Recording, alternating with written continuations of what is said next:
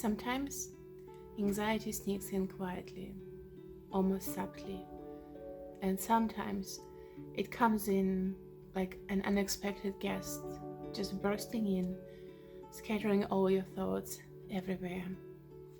This type of anxiety that many call FOMO, fear of missing out. You look at others, their achievements, travels, careers, success, and somewhere inside a quiet voice whispers, "But what about me? Am I falling behind?" And I think it runs deeper than just FOMO. I think it gets back to our childhood, to those small but very vital roles we played as we wandered the hallways of school for the first time. In school, we were straight A kids, the good students, the C students, or maybe the poor performing students, some who struggled, and each role had its stage, its script, its how to behave cues. We saw wealthy families, we saw poorer families, we saw some classmates head to college and some of them chose to stay just to take a break or go to work.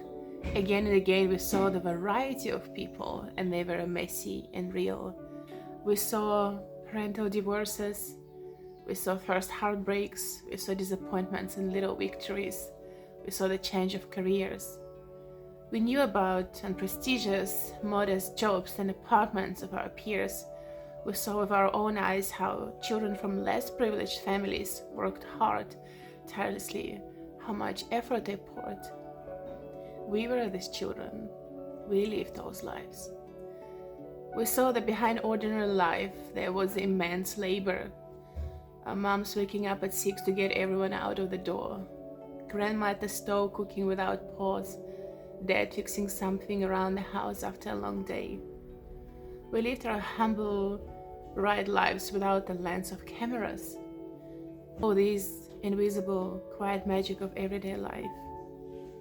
Not rich, just steady, comfortable, functional. As we grew up, we started to appreciate this type of life. Everything as it should be. A life quietly and comfortably arranged. A job that brings steady income. A home where you can rest and get your hot meals. And there's no short supply of those. Loved ones who, even with occasional arguments, are yours. Not perfect, but yours. Behind the simplicity lied enormous effort, often unnoticed simply because it's so human and so familiar. We peeked into neighborhood and we saw the same. And then social media came. Suddenly the curtain was lifted up and we were on the stage. My goodness, how many stars we saw. How many stars were on that stage. And we could see everything in detail, down to the china on the enormous kitchen counters. Other people's achievements, sparkling accounts, huge kitchens, exotic trips, perfect bodies, office views of the city skyline.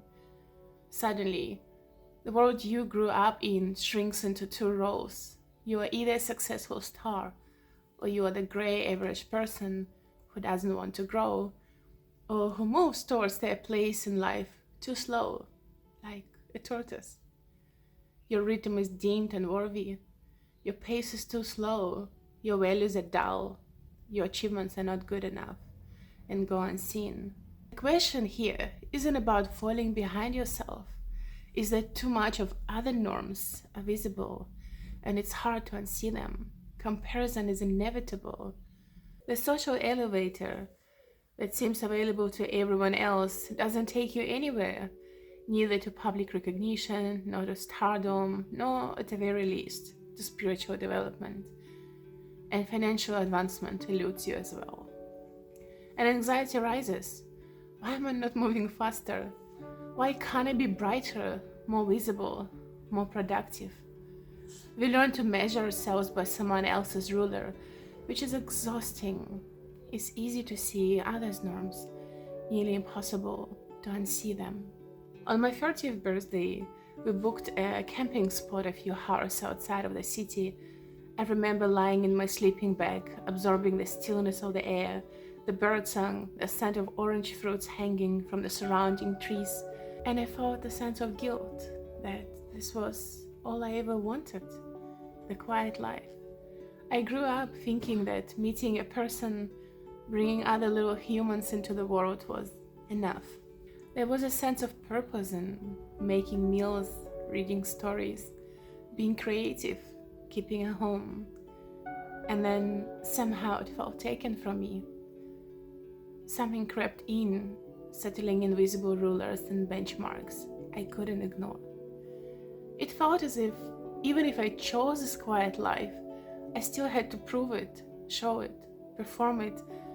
Sasha, you're an amazing cook. Surely you must make reels about cooking. You're great with embroidery. Why don't you sell it? Suddenly, everything had to be more. Every skill, every talent had to be monetized, showcased, turned into influence. You had to find your stage to shine. But I didn't want to influence anyone. I could hear the sense in their words, yet deep inside a churning doubt remained. Aren't you supposed to do things out of the overflow of your heart, not because you can or because you have to?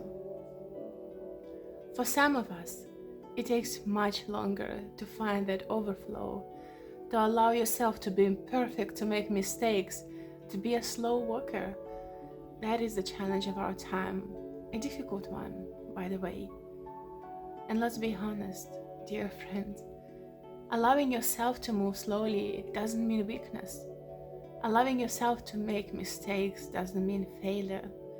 Allowing yourselves to crawl at your own tortoise pace while everyone else seems to be rocketing ahead, that I've realized is a skill. I've come to understand that the ability to say it's enough and walk at your own pace and stop where you want, that is a steady anchor, and it demands a kind of bravery of its own, especially when waves of other people's successes washes over you. In this enough lies wisdom. Hold on to it. It's not loud or fast, but it's real.